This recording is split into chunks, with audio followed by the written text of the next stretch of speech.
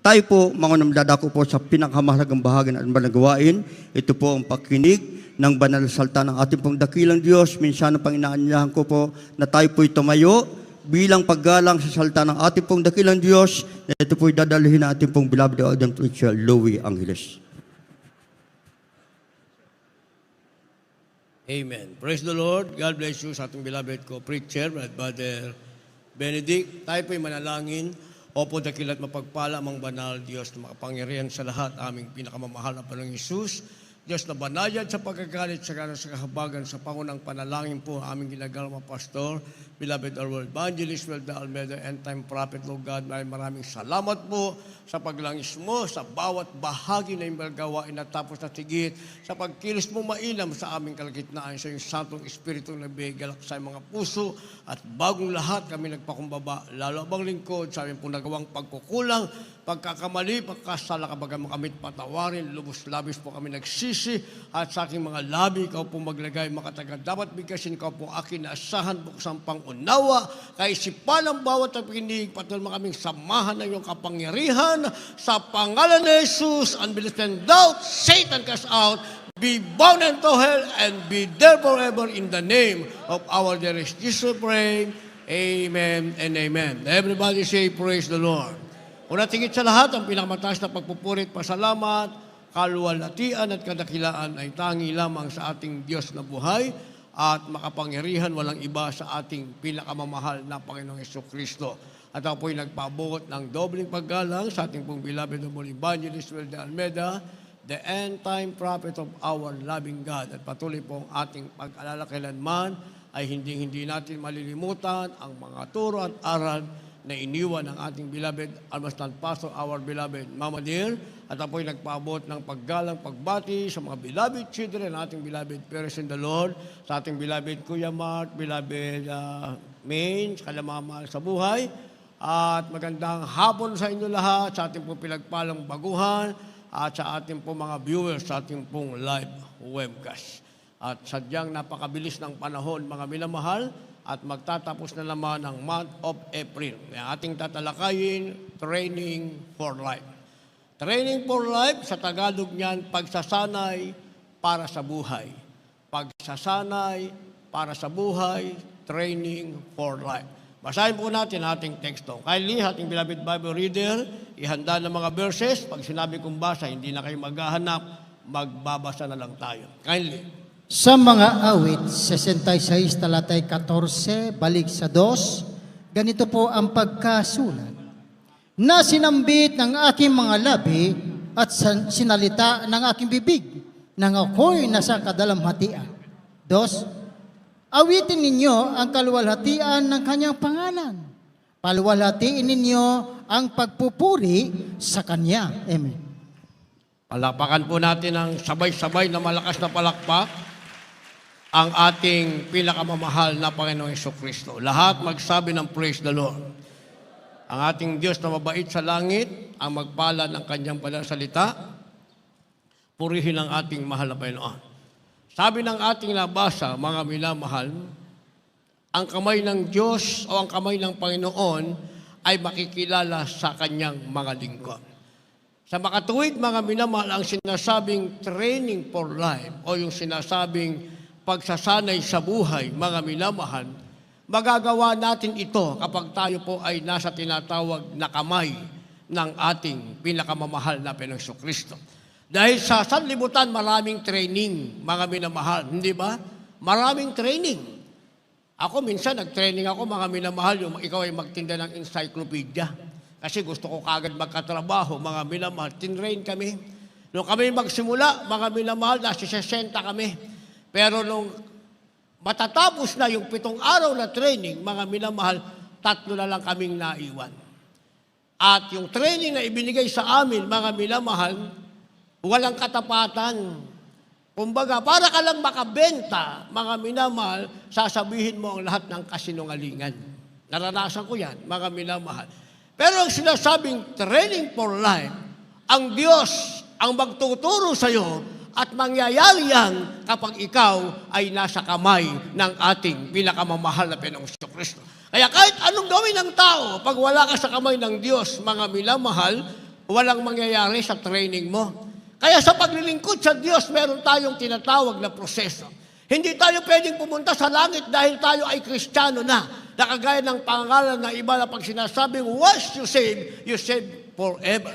Pag tinanggap mo ang ating mahal na Panginoon bilang sarili mong Panginoon, tagapagligtas at hari ng iyong buhay, ang sasabihin, mga minamahal, ikaw ay tagalangit na. Pero hindi yon ang nakalagay sa banal na kasulatan. Sa banal na kasulatan, mga minamahal, mananatili kang nasa kamay ng Diyos. Habang nasa kamay ka ng Diyos, tinuturuan ka araw-araw sa bawat sandali ng buhay mo. Tinuturuan ka ng ating pinakamamahal na Panginoon. Kaya pag ikaw ay naging tunay na Kristiyano, tinuturuan ka ng ating mahal na Panginoon, merong pagkakaiba, mga minamahal. Merong sinasabing life-giving correction.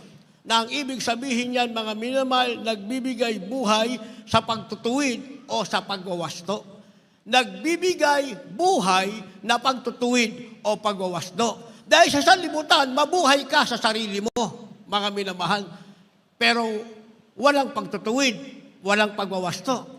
Pag sinabi mo sa sarili mo, ito ang gusto ko, ito ang tama, kahit mali, mga minamahal, para sa'yo, doon ka masaya. Yun ang gusto mong gawin. Yun ang gagawin mo. Yun ang tama para sa'yo. Naintindihan natin. Pero kapag tayo nasa tinatawag na pagsasanay para sa buhay, ang kailangan natin ay life-giving correction. Ang ibig sabihin, wawastuin ka, tutuwirin ka para maging tama ang kahulugan ng buhay para sa'yo. Ako noon, mga minamahal, nung kasagsagan na ang aking ketong, nasa ibabaw ko ng aming bubungan, ako ay nagtatanong, ano ba ang tunay na kahulugan ng buhay? Hinahanap ko yung tunay na sagot. Ano ba ang tunay na kahulugan ng buhay? Bakit ko yan naitanong, mga minamahal? Kasi mahirap lang kami.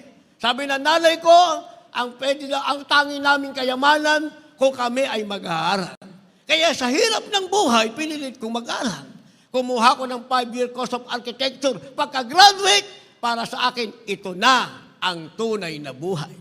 Subalit naging kabaligtaran, mga minamahal, isang napakahirap na buhay ang lalo kong naging kalagayan dahil ako ay nagkaroon ng karamdamang ketong. At ang aking karamdamang ketong umaasa kong gagaling sa loob ng 2 taong gamutan. Ang isa lang ang sinabi ng doktor sa kahuli-hulihan, dapat akong itapon sa leprosaryo. At tinatanong ko, ano ba ang tunay na kahulugan ng buhay? Ikaw ay mangangarap na maalis sa kahirapan? Ikaw ay mangangarap magkaroon ng magandang kinabukasan? Pangarap lamang na kung magkaroon ng katuparan, ang kasunod niyan ay walang hanggang kabiguan. Yun nangyari sa buhay ko. Hindi ko alam, ano ba ang tunay na kahulugan ng buhay? Pero nung ako ay makakilala sa ating mahal na Panginoon, doon ko ngayon nakita ang tunay na kasagutan. Ano ba ang tunay na kahulugan ng buhay? Ang tunay palang kahulugan ng buhay, kailangan mo ng training, pagsasanay. At sa pagsasanay na yan, ang kailangan mong gagawin sa'yo ay walang iba ang ating pinakamamahal na Hesus Kristo. At habang ikaw ay sinasanay, mga minamahal, merong tinatawag na koreksyon. Ito na ngayon ang sinasabing life-giving correction. Basa.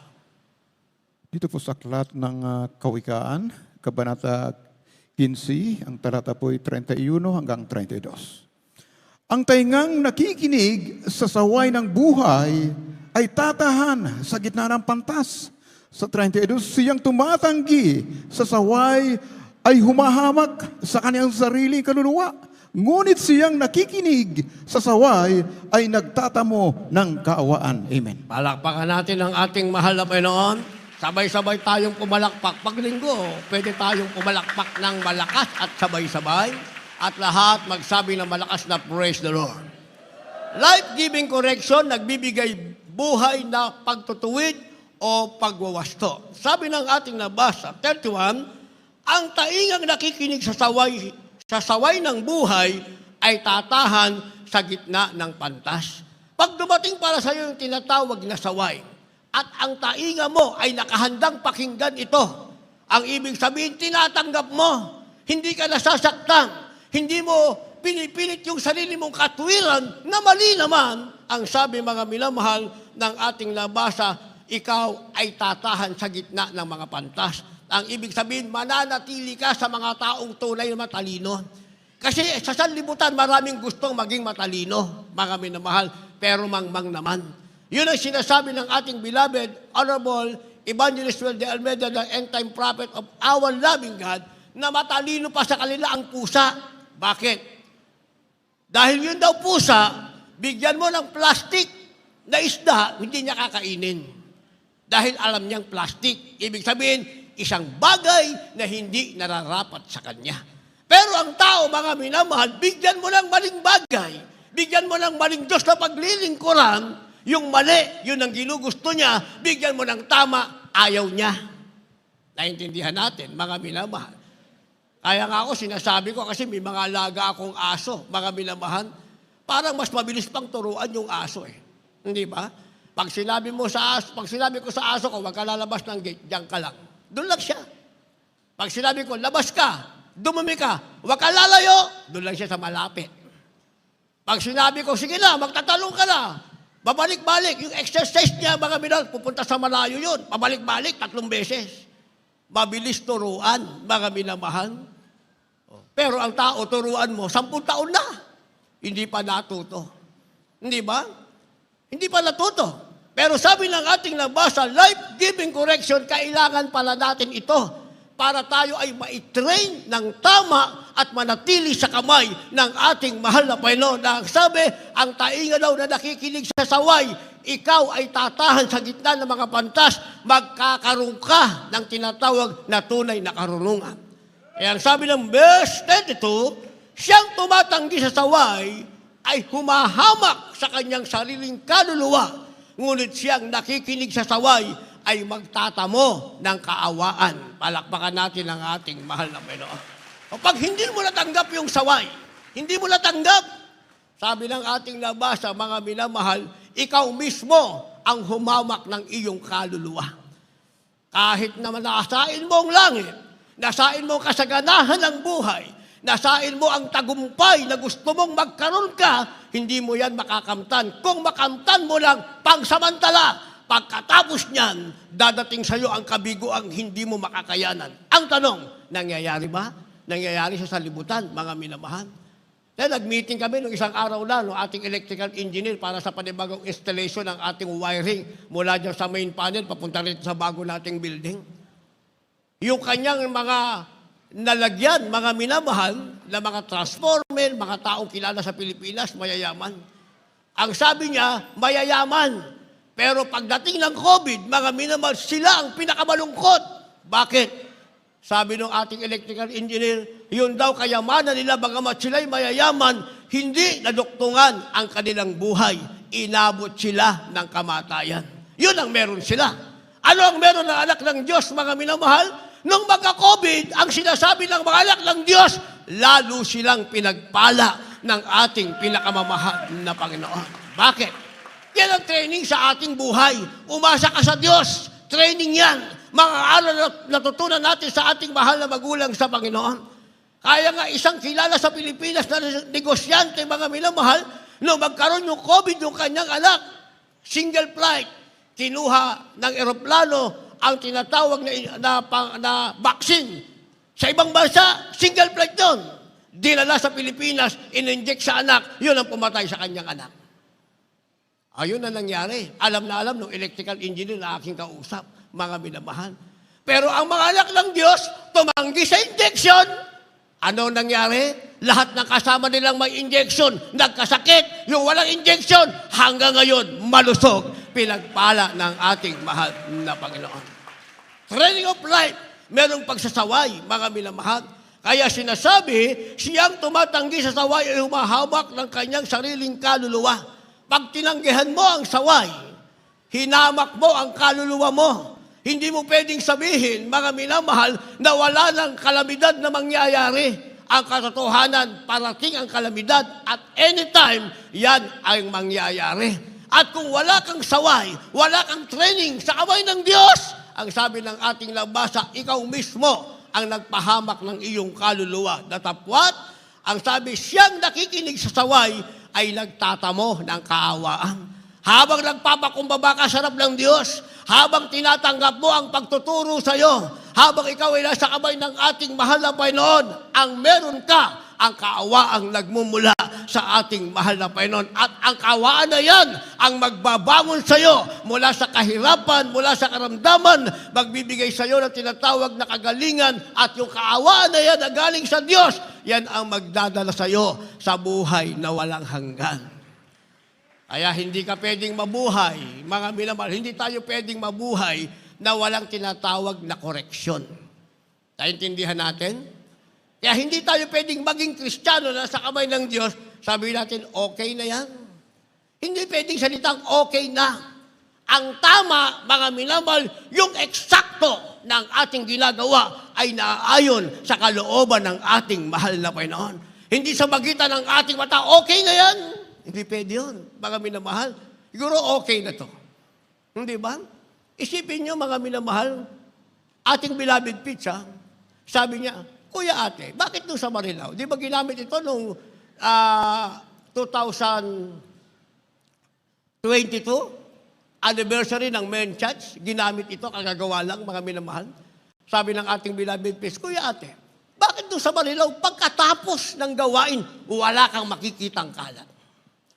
Ang laman natin sa loob noon, 2,800. Ang crowd natin noon kasama ang labas hanggang doon sa gate ay nasa 7,000, mga minamahal. Bakit daw, pagkatapos ng service ay walang makikitang kalat? Bakit? Dahil merong isang kapatirang ginamit, mag-isa lang siya. Sino siya? Paano ko siya nakilala? Doon tayo sa may kawayan. Namumulot ng basura doon sa gate natin. Pinabigyan ko ng 20 pesos. Pagkatapos noon, nagwawalis na siya.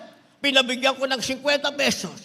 Pagkatapos noon, yung tagatapon ng basura, iniwan yung basura natin, sabi niya, Kuya, ako na magtapon ng basura. Pagbalik niya, may kasama ng sidecar. Hinahakot niya yung basura. Pinabigyan ko ng 150. Yun ang blessing niya. Pagkatapos nakita yung napakalaki nating gate, ang hirap sana, Kuya, i-repair ko yan. Alam mo yung repair yan? Sandali lang, Kuya, bigyan mo lang ako ng yun nilalagay sa grasa. Bigyan mo lang ako ng grasa, akyatin ko bukas yan, lalagyan ko ng grasa, pag tinulak mo yan, easy push, mag-move na yan. O dito, 50 na blessing niya. Pagdating natin dito, 2,800 ang laman nito. Hanggang sa labas, natapos ang anniversary ng Men Church, walang nakita kahit isang kalat. Isa lang siya. Mag-isa lang yun. Mag-isa lang. Naintindihan niyo sinasabi ko? Ngayon, marami na tayong naka-assign. Dami nang naka-assign. Pagkatapos ng service, magtataka ka, bakit nakakalat pa rin yung basura doon? Hindi ba? Yan yung sinasabing, okay na yan. Napulot na naman natin eh. Okay na yan. O sa inyo, okay. Pero sa harap ng Diyos, hindi okay. Kasi yung isang tao, kaya niyang gawin na malinis. Yon ang sinasabing, very pleasing, nakalulugod sa harap ng ating mahal na Panginoon. Ang kapalit niya, napakarami. Pero pagkatapos, makita mo yung basura, nakakalat doon. Tapos kayo, aasa kayo ng langit. Wala. Nang dahil sa basura, hindi kayo punta sa langit. Bakit? Kasi sa inyo, okay na. Pero hindi okay sa harap ng ating mahal na Panginoon. O ngayon, tinutuwid ka ng mahal na Panginoon. Kung walang pagtutuwid, yan ang nakakaawa, nakakatakot, mga minamahal. Pag nagkamali ka sa harap ng Diyos at wala kang pagtutuwid, katakutan mo ang bagay na yan. Pero pag nagkamali ka sa harap ng mahal na Panginoon, because you are under the training at the hand of God, nasa kamay ka ng Diyos, ikaw ay under the training, sinaway ka ng Diyos, may tinatawag na palo o paalala sa'yo, pinagpala ka ng mahal na Panginoon. Sabi ng banal na kasulatan, ang Diyos mismo, ayaw kang mawala sa kanyang kamay, kaya pinapaalalahanan ka ng ating mahal na Panginoon. Pero pag walang dumating na paalala, ayan ang delikado. Magpapatuloy ka lang sa kasalanan. Isang araw, kahit ayaw mo, wala ka na sa loob ng compound na ito. Wala ka na sa kamay ng ating mahal na Panginoon. Mangarap ka na lang ng mangarap, hanggang pangarap ka na lang, maaalala mo na lang ang kagalakan. Once upon a time, ikaw ay nasa congregation ito. Maaalala mo na lang, mga minamahal. Hindi ba? Kaya maganda, araw-araw alalahanin natin, mahal na Panginoon, Araw-araw kong aalalahanin. Ako'y tinitrain mo. Pinahuhusay mo ako sa iyong mga kamay. Ako iyong pinapalalahanan sa aking pagkakamali. Panginoon, ginagawa mo akong panta sa gitna ng iyong congregation. Yun ang mas maganda. Kaya merong sinasabi, mga minamahal, na life without regret. Ano ang ibig sabihin nun? Buhay na walang pagsisisi. Kasi ang pagsisisi, saan yan dumadating? Sa huli, mga minamahal. Hindi ka pwede magsisi sa unahan. Sa unahan, puro kasalanan yan. Ang pagsisisi mo nasa huli, sinasabing life without regret. Kaya ang kailangan natin, ang training ng ating mahal na Panginoon. Basa. Dito po sa aklat ng Hebreo, Kapitulo 12, ang talatay 5 hanggang 8, talon sa 15. 5. At inyong nilimot ang niaral na ipinakikipagtalo sa inyo tulad sa mga anak. Anak ko, huwag mong waling bahala ang parusa ng Panginoon o manglupaypay man kung ikaw ay pinagwiwikaan niya. Sapagkat pinarurusahan ng Panginoon ang kanyang iniibig at hinahampas ang bawat tinatanggap na anak. Na dahil sa ito'y parusa, kayo'y nagtitiis. Inaari kayo ng Diyos na tulad sa mga anak, sapagkat alin ngang anak ang hindi pinarurusahan ng kanyang ama? Datapwat kung kayo hindi pinarurusahan, na pawang nararanasan ng lahat, kung kayo'y mga anak na saligaw kayo at hindi tunay na anak. 15. Napakaingatan na baka ang sinuman di makabot sa biyaya ng Diyos. Baka kayo'y bagabagin ng anumang ugat ng kapaitan na sumisibol dahil sa dito'y mahawa ang marami. Palapakan po natin ang ating pinakamamahal na Panginoon. Sabay-sabay tayong pumalakpak. Lahat magsabi ng praise the Lord.